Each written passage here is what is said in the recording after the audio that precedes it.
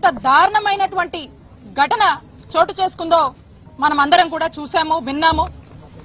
మరి ఈరోజు ఇక్కడికి మేమంతా వచ్చి మా నాయకుడు జగన్మోహన్ రెడ్డి గారి ఆదేశాల మేరకు వైఎస్ఆర్ కాంగ్రెస్ పార్టీకి సంబంధించినటువంటి మహిళలు మేమంతా కూడా వచ్చి ఈరోజు ఆ బాధిత మహిళని కలిసి తనకు ఓదార్పునిచ్చి తనకు మేమంతా ఉన్నామని చెప్పి ఒక మారల్ సపోర్ట్ గా నిలబడడం జరిగింది.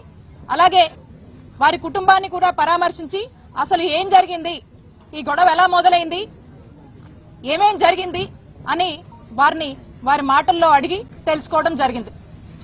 ఈ ఘటన ఎంత దారుణం అంటే అంత దారుణం అని చెప్పొచ్చు, అంత బాధాకరం. ఇలాంటి ఘటన ఈ రోజున మన ఆంధ్రప్రదేశ్ రాష్ట్రంలో నెలకొందంటే ఇది ఖచ్చితంగా ముమ్మాటికి ఈ గవర్నమెంట్ ఫెయిల్యూర్. పోలీసులంటే భయం లేక అధికార మదంతో మితిమీరిపోయి ఎక్కడ ఇంత కూడా కొంచెం కూడా ఇది తప్పు అని ఆదం మర్చిపోయి మరి టీడీపీ నాయకులు ఏ విధంగా కూడా ఈ మహిళ మీద వారి యొక్క కుటుంబం పట్ల వ్యవహరించారో మనం అందరం కూడా చూస్తున్నాము. ఈ ఇన్సిడెంట్ చాలు బీహార్ ని మించి ఈరోజు ఆంధ్రప్రదేశ్ రాష్ట్రంలో ఏ విధంగా ఈ ప్రభుత్వం వచ్చాక మరి టీడీపీ వాళ్ళు గూండాల్లాగా రౌడీల్లాగా చెలరేగుతున్నారో ఇదే ఇన్సిడెంట్ అందరికీ కూడా ఒక నిదర్శనం అని చెప్తా ఉన్నాను. ఈ ఇన్సిడెంట్ వాస్తవాల్లోకి వెళ్తే మనం ఎవరైతే ఈ మహిళ ఉందో వారి యొక్క కుటుంబం వాళ్ళ ఇంటి ముందు బోరు రిపేర్ చేసుకుంటూ ఉంటే ఆ వార్డు సెక్రటరీ అయినటువంటి టీడీపీ నాయకుడు వచ్చి మీరు మీ ఇంటి ముందు బోర్ రిపేర్ చేస్తున్నారు అని చెప్పి మాకు మామూలు ఇవ్వాలి, 10,000 మాకు మామూలు ఇచ్చే మీ ఇంటి ముందు మీ బోర్ రిపేర్ చేసుకున్నాను డిమాండ్ చేశాడు. మా ఇంటి ముందు మేము మా బోరు రిపేర్ చేసుకుంటే నువ్వెవరయ్యా, నీకెందుకు ఇయ్యాలయ్యా అని చెప్పి అడిగినందుకు ఇంత దారుణమైనటువంటి పరిస్థితి రోజు నెలకొంది. వాళ్ళు చెప్పారు, ఆ మహిళ చెప్పింది, ఆ కుటుంబ సభ్యులు చెప్పారు, ఆ మూర్తి అనేటువంటి టీడీపీ నాయకుడు మేము అధికారంలో ఉన్నాం, మీరు ఎలా రిపేర్ చేసుకుంటారో చూస్తా, మీ ఇంట్లోకి నీళ్లు రానియా, ఖచ్చితంగా మాకు 10,000 కట్టాల్సిందే, కడితే గాని మీ పని చేసుకోనియమని చెప్పి ఆయన వాళ్ళని డిమాండ్ చేసినట్టు. మరి ఆ డిమాండ్ చేసి వాళ్ళని ఆఖరికి వాళ్ళ మీద దాడి చేసి మీరెవరు చెప్పుకుంటారో చెప్పుకోండి, నేను అధికారంలో ఉన్నా, పోలీసులైనా ఇక్కడ ఉన్నటువంటి అధికారంలో ఉన్న ఎవ్వరైనా కూడా నన్ను ఏం చేయలేరు, మీ దిక్కున్న చోట పోయి చెప్పుకోండి, మీరు నాకు 10,000 ఇవ్వాల్సిందే అని చెప్పి డిమాండ్ చేసి మరి వాళ్ళ మీద దాడి చేసినటువంటి పరిస్థితులు మరి మీరందరూ కూడా చూశారు, అందరం కూడా చదివాము, విన్నాము, వీడియోలు కూడా చూసాము. అయితే ఈ గొడవ జరగగానే వెంటనే ఆ ఫ్యామిలీ మెంబర్స్ అందరూ కూడా, ఆ మహిళా కుటుంబ సభ్యులందరూ కూడా వెళ్లి పోలీస్ స్టేషన్ లో కంప్లైంట్ ఇచ్చారు. కంప్లైంట్ ఇస్తే పోలీసులు చాలా లైట్ తీసుకొని అది కూడా టీడీపీ వార్డు సెక్రటరీ అండి అని వీళ్ళు చెప్పడంతో ఇది అధికార పార్టీ కదా కాబట్టి మనం పెద్ద జోక్యం చేసుకోవద్దు అనుకున్నారో ఏంటో గానీ టీడీపీ అనగానే ఇక పోలీసులు ఈ విక్టిమ్ యొక్క కంప్లైంట్ ని పక్కన పెట్టేశారు.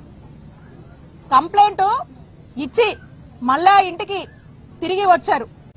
ఈ మహిళ వాళ్ళ కుటుంబ సభ్యులందరూ కూడా తిరిగి ఇంటికి వస్తే మీరు మా మీద వెళ్ళి మేము అధికారంలో ఉండగా మా మీద కంప్లైంట్ ఇస్తారా, ఎంత ధైర్యం మీకు అని చెప్పి రెండోసారి ఈ టీడీపీ వార్డు సెక్రటరీ ఈ మూర్తి అనే అతను సకుటుంబ సమేతంగా ఇంట్లో ఉన్న అందరినీ ఎంటబెట్టుకుని, మహిళలతో సహా ఎంటబెట్టుకుని 9 మంది వచ్చి మళ్ళా ఈ కుటుంబం మీద దాడి చేశారు. ఏ విధంగా వివస్త్రణకు గురి చేసి ఎంత దారుణంగా ఒక మహిళ మీద దాడి చేశారో మనమంతా కూడా చూసాము. ఇది ఎంత బాధాకరం అంటే అంత బాధాకరం, అంత దారుణమైనటువంటి ఘటన చోటు చేసుకుందంటే అధికార మదం, అహంకారం, కళ్ళు నెత్తికెక్కడం, వీళ్ళ మామూళ్ల కోసం ఎక్కడి దాకా కూడా దిగజారారో ఈ రోజున మనకు అర్థమవుతుంది. రాష్ట్ర వ్యాప్తంగా కూడా ఏ వార్డులో గాని ఏ గ్రామంలో గాని ఎవరన్నా ఇల్లు కట్టుకున్నా ఇంటికి సంబంధించి ఇసుక గాని మట్టి గాని లేకపోతే ఇటుకలు గాని ఏ మెటీరియల్ తెచ్చి ఇంటి ముందు పెట్టుకున్నా టీడీపీ వాళ్ళకి మామూలు ఇవ్వాలి, ఏమంటే మేము అధికారంలో ఉన్నాం, మీరు ఏది చేయాలన్నా మాకు ఇవ్వాలి. ఇలా రాష్ట్ర వ్యాప్తంగా కూడా ఏ విధంగా దోపిడీకి గురవుతున్నారో చూడండి, ఏ విధంగా దోపిడీ చేస్తున్నారో చూడండి. మరి ఈ ఇన్సిడెంట్ లోనే స్పష్టం అవుతోంది, వాళ్ళ యొక్క మామూలు ఇవ్వలేదని మహిళని నడి రోడ్డు మీద, గుంటూరు సిటీ ఇక్కడే, ఇది రాజధాని, ఇదే జిల్లాలో రాజధాని అంటారు. మరి ఇక్కడ ఎస్పీ ఆఫీస్ ఎంత దూరంలో ఉంది, కూతవేడు దూరంలో ఎస్పీ ఆఫీస్ ఉంది, ఐజీ ఆఫీస్ ఉంది. 20 కిలోమీటర్లో డీజీపీ ఆఫీస్ ఉంది. మరి ఈ జిల్లాలో మొత్తం యంత్రాంగం అంతా కూడా ఇక్కడే ఉంది. మరి పట్టపగలు మనం చూసాం ఈ గొడవ వాళ్ళు వెళ్తే పోలీసులు కంప్లైంట్ పక్కన పెట్టారు. రాత్రి వాళ్ళ ఇంటికి వచ్చిన తర్వాత మళ్ళీ వాళ్ళ అబ్బాయి 100 నంబర్ కి డయల్ 100 నంబర్ కి ఫోన్ చేసి గొడవ అయిందని చెప్పి మళ్ళీ గొడవ అయిన తర్వాత కూడా అక్కడికి వెళ్లి పోలీస్ స్టేషన్ లో రెండోసారి కంప్లైంట్ ఇస్తే కూడా పోలీసులు పట్టించుకోకుండా పక్కన పెట్టారు. అంటే ఒక్కసారి ఇది 15వ తారీఖు జరిగితే రెండు సార్లు ఆ మహిళ మా మీద దాడి జరిగింది, నన్ను ఈ విధంగా హింసించారు అని చెప్పి పోలీసులకు చెప్తే కూడా పట్టించుకోకుండా పక్కన పెట్టారు. ఆ తర్వాత నెక్స్ట్ డే మార్నింగ్ 16వ తారీఖున ఎమ్మెల్యే దగ్గరికి వెళ్లారు. ఈ వీడియో వాళ్ళ సీసీ కెమెరాలో ఉన్న వాళ్ళే డౌన్లోడ్ చేసుకుని ఈ విధంగా వివస్త్రణకు గురి చేసి దాడి చేశారమ్మా అని చెప్పి వెళ్లి చెప్తే ఏం చేసిందండి ఎమ్మెల్యే? ఏం చేసింది? ఏం పట్టించుకోకపోగా మాకు అనుమానాలు కలుగుతా ఉన్నాయి.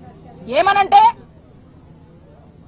ఇరు వర్గాలు అవతల వాళ్ళ పార్టీ మనుషులు కదా, వాళ్ళ పార్టీ నాయకుల్ని కాపాడుకునేటువంటి ప్రయత్నం ఎమ్మెల్యే చేసింది. ఎమ్మెల్యే చేసి ఇక దాన్ని ఎంతసేపు కూడా దాచిపెడదాము, రాజీ చేద్దాము అనేటువంటి ప్రయత్నం చేస్తూనే వచ్చారు. అప్పటికి కూడా కేసు కట్టలేదు. ఆ తర్వాత ఇక్కడ ఉన్నటువంటి వాళ్ళు వైఎస్ఆర్ కాంగ్రెస్ పార్టీకి సంబంధించిన వాళ్ళు కొంతమంది దీని గురించి ఇది లైమ్ లైట్ లోకి వస్తుంది ఇష్యూ, దీనికి సంబంధించినటువంటి వీడియోలు సోషల్ మీడియాలో అక్కడ ఇక్కడ రావడం వల్ల ఇది ప్రజల్లోకి వెళ్తుంది, చర్చ అవుతుంది కాబట్టి దీని వల్ల వాళ్ళకి పరువు పోతుందని చెప్పి అప్పుడు పోలీసులు చిన్నగా అప్పుడు నిద్ర మేల్కొని ఎఫ్ఐఆర్ కట్టారు. అప్పుడు ఆ ఎఫ్ఐఆర్ కట్టిన తర్వాత కూడా ఎటువంటి యాక్షన్ తీసుకోలేదు. మరి ఏదేదో మాట్లాడుతూ ఉన్నారు. ఈ ఎమ్మెల్యే గారు కూడా ఏందేందో మాట్లాడుతూ ఉన్నారు. ఒకదానికి పొంతం లేదు. మేము యాక్షన్ తీసుకున్నామంటారు, మేము అది చేసామంటారు, మేమే మళ్ళా సరెండర్ చేయడానికి చేశారా లేదా అని ఏదేదో మాట్లాడుతున్నారు. పొంతం లేకుండా మాట్లాడుతూ ఉన్నారు. మీకు గనక చిత్తశుద్ధి ఉంటే 3 రోజుల వరకు ఏం చేశారు ఎమ్మెల్యే గారు అని నేను ప్రశ్నిస్తా ఉన్నాను. పోలీసులకు గనక చిత్తశుద్ధి ఉంటే ఇచ్చిన రోజు 2 సార్లు సామాన్య మహిళ వాళ్ళ కుటుంబం దాడి జరిగిందని 2 సార్లు ఒకటే రోజు మీ పోలీస్ స్టేషన్ కు వచ్చి మొరబెట్టుకుంటే ఎందుకు ఎఫ్ఐఆర్ కట్టలేదు అని పోలీసుని ప్రశ్నిస్తున్నాను. మీకు చిత్తశుద్ధి లేదు. పోలీసులు రెడ్ బుక్ లో బిజీగా ఉన్నారు. పోలీసులకు ఇలాంటివి పట్టదు. ఒక మహిళను వివస్త్రణకు గురి చేసి ఈ విధంగా దాడి చేసినా కూడా పట్టలేదంటే ఒక్కసారి ఆలోచించుకోండి. కూటమి ప్రభుత్వానికి మహిళల రక్షణ అన్నా ప్రజల రక్షణ అన్నా పట్టింపు లేదు. ఎంతసేపు రెడ్ బుక్, దీని మీద తప్పితే ఇంకో దాని మీద ధ్యాస లేదు. ఇక చివరిగా 3వ రోజున సోషల్ మీడియాలో జనాల్లో విపరీతమైన చర్చ జరుగుతుంది కాబట్టి ఇది ఆ ప్రభుత్వానికి ఆ పార్టీకి బ్యాడ్ నేమ్ వస్తుందని చెప్పి అప్పుడు 3వ రోజు సాయంత్రానికి ఎప్పుడు అరెస్ట్ చూపించి ఆ తర్వాత ఇక ఎమ్మెల్యే గారు ఏదో ఒకటి చేయకపోతే బాగుండదు నమ్మరని చెప్పి ప్రజల్ని నమ్మించడానికి మాకు వీళ్లకు ఎటువంటి సంబంధం లేదని ఒక ప్రెస్ రిలీజ్ ఇచ్చారు. అప్పటిదాకా ఏం చేశారు? మీకు చిత్తశుద్ధి ఉంటే ఆ మహిళ ఆ కుటుంబం వాళ్ళ బాధని మీకు ఆ వీడియోని చూపించి ఏడ్చినప్పుడు ఏమైంది మీ చిత్తశుద్ధి? ఏం యాక్షన్ తీసుకున్నారు? ఇక పైగా మాటలు చెప్తారు వీళ్ళు ఏమని, మహిళలకు ప్రత్యేక గ్రీవెన్స్ అంట. అమ్మా, మహిళలకు ప్రత్యేక గ్రీవెన్స్ మీరు నడపడం కాదు. మీ దగ్గరికి ఏడుస్తూ వచ్చినటువంటి మహిళ వివస్త్రణకు గురై ఏడుస్తూ తన బాధని చెప్పుకొని టీడీపీ వాళ్ళు మామూళ్ల కోసం ఈ విధంగా హింసించి కొట్టారని చెప్తే అది పట్టించుకొని మీరే గ్రీవెన్స్ గురించి మాట్లాడతారు. ఫస్ట్ అవి పట్టించుకోండి. మీ దగ్గరకు వచ్చిన మహిళకు మీరు న్యాయం చేయండి. మీరు తనకు న్యాయం చేయడంలో ఖచ్చితంగా జాప్యం జరిగింది కాబట్టే పోలీసుల అలసత్వం వల్లే ఈ దారుణం జరిగింది. ఇది మీరు గనక సరైన టైంలో టైమ్లీ యాక్షన్ తీసుకుంటే గనక ఇది జరిగి ఉండేది కాదు. దీనికి ఏం సమాధానం చెప్తారు? ఎవరు రెస్పాన్సిబుల్ తీసుకుంటారు? పోలీసులు సమాధానం చెప్పాలి. ఈ ప్రభుత్వానికి ఈ ఇన్సిడెంట్ అనేది ఈ ప్రభుత్వానికి ప్రభుత్వ పోలీసులు తలదించుకునేటువంటి ఇన్సిడెంట్ ఇది. Shame on this government. అలాంటి ఇన్సిడెంట్ ఇది.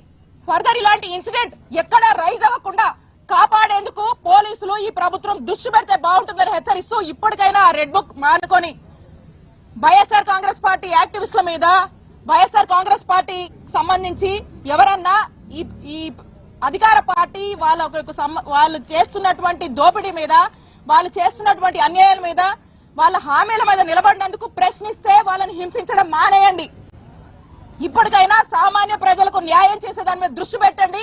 మహిళలకు జరుగుతున్నటువంటి ఇలాంటి అన్యాయాలు కట్టడి చేసేందుకు ప్రయత్నించండి అని ప్రభుత్వాన్ని హెచ్చరిస్తూ ఈ గుంటూరులో ఇలాంటి ఇన్సిడెంట్ చూడడం, దీని గురించి వినడం, ఈ రోజు వాళ్ళని కలుసుకోవడము, ఆమె మాటల్లో వింటే ప్రతి ఒక్కరి మనసు కూడా, ప్రతి ఒక్క మహిళకు కూడా ఈరోజు ఒక కలిసివేసేటువంటి ఇన్సిడెంట్. ఇలాంటి ఇన్సిడెంట్స్ రిపీట్ కాకుండా ఉండేందుకు తగిన చర్యలు, జాగ్రత్తలు తీసుకొని ఇప్పటికైనా ఈ ప్రభుత్వం బోళ్లు దగ్గర పెట్టుకుని పనిచేయాలని మరొకసారి వాళ్ళని హెచ్చరిస్తున్నాం.